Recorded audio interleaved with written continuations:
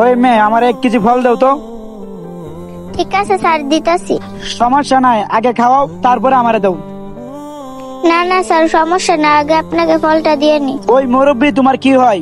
Sir, উনি আমার বাবা হয়। আমার বাবার ক্যান্সার, আবার প্যারালাইসিসও।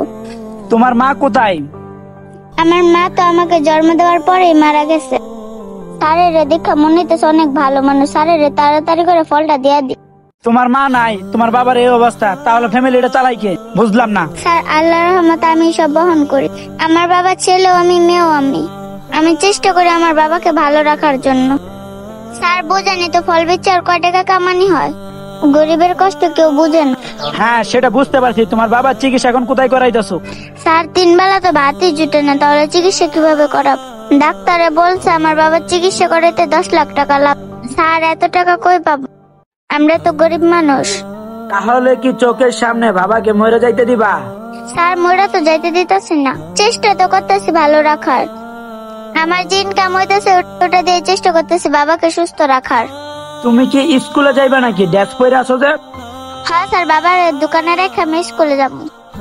আমি স্কুলে গেলে আমার এক চাচা আছে, 2-3 ঘন্টা সেই দোকান সামলায়। যদিও এই কাজের বিনিময়ে তাকে কিছু টাকা পয়সা দিতে হয়। যেভাবেই হোক বাবার চিকিৎসা তো করতে হবে, আবার পড়া